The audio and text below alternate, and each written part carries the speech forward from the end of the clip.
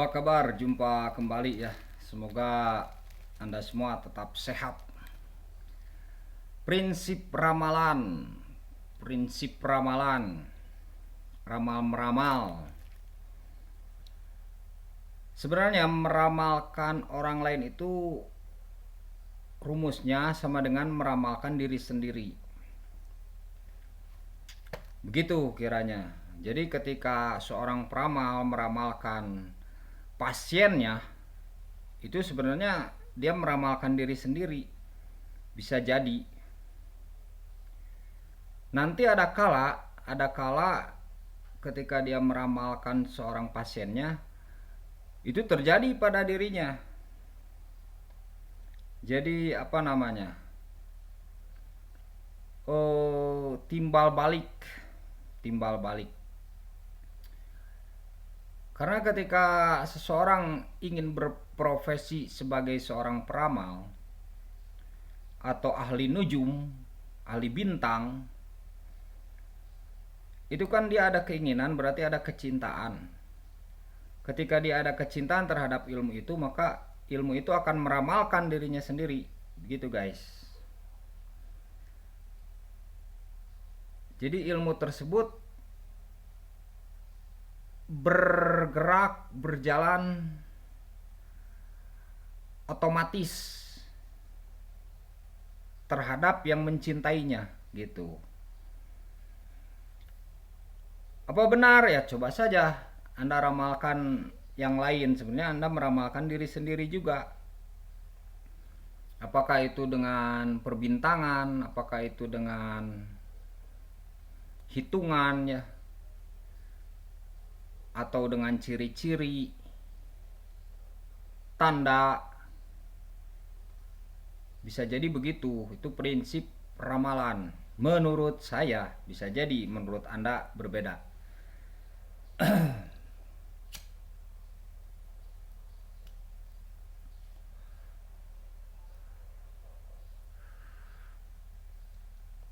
Makanya ada kala seorang peramal menasehati, itu malah terjadi pada dirinya sendiri. Jadi seucapnya tasa ciduh metunya tuh berbalik kepada dirinya sendiri.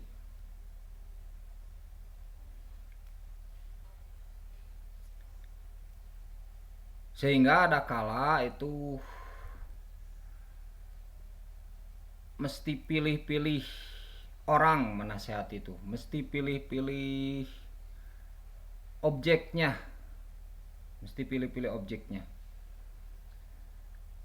ini dalam hal meramalkan seseorang ya, khususnya dalam ilmu nujum atau ilmu bintang.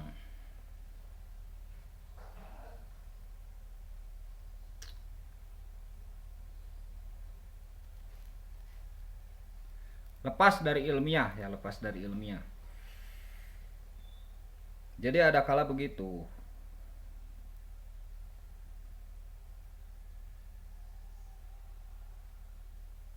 Itulah sulitnya menjadi peramal ya. Jadi kalau jadi peramal itu memang harus bentengnya tuh kuat, tuh. Karena kalau menurut saya ada kala ketika bentengnya lemah ya. Seorang peramal misalkan bentengnya tuh lemah. Nanti aura ya, bagi yang percaya aura nih. Apa tuh aura tubuh pasien ya yang diramalkan itu ya malah ke si peramal itu gitu. Kalau mungkin itu kebaikannya, nah kalau misalkan kekurang baikannya kan,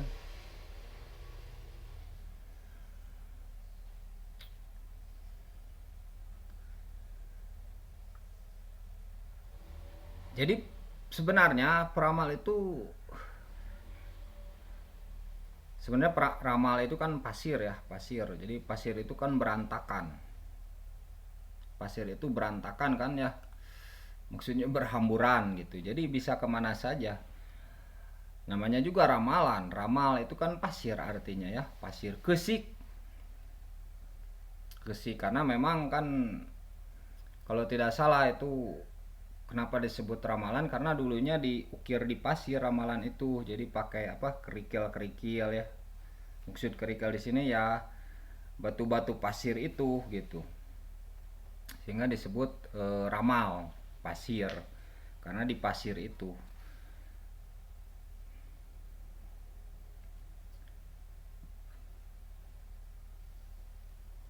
Jadi mesti kuat itu sebagai peramal ahli bintang itu bentengnya tuh. Dan dia juga mesti kuat menerima kenyataan ketika dia harus meramalkan dirinya sendiri. Ketika harus meramalkan dirinya sendiri, misalkan akan berpisah dengan kekasihnya, ahli bintang begitu. Wah, saya akan berpisah dengan kekasihnya. Nah, itu harus kuat ya, ahli bintang tuh.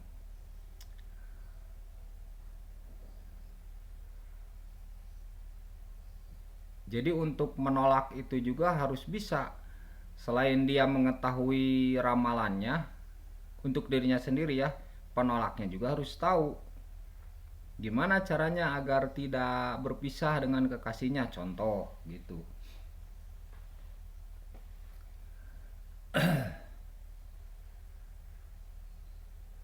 Selain dia bisa menerawang dirinya sendiri, dia juga harus tahu penolaknya. Karena kalau tidak tahu penolaknya itu ya nanti bisa terjadi ke dirinya sendiri.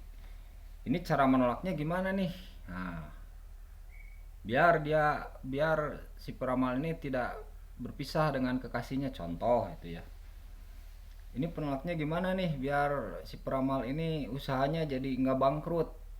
Nah, biar usahanya maju lagi gimana nih, eh, resepnya dia juga harus tahu. Nah, jadi selain tahu menerawang, tahu penolaknya, tahu obatnya, tahu motivasinya, tahu caranya. Kalau dalam usaha misalkan dia meramalkan dirinya sendiri usahanya bangkrut. Nah, dia pun harus tahu gimana caranya agar tidak bangkrut. Dia pun harus tahu caranya memajukan lagi usahanya. Gitu. Kalau nggak begitu ya nanti sulit, tapi terserah juga ya. Ini cuman usul saya. Jadi nggak mudah juga untuk sebagai menjadi sang peramal. Sehat selalu untuk semuanya.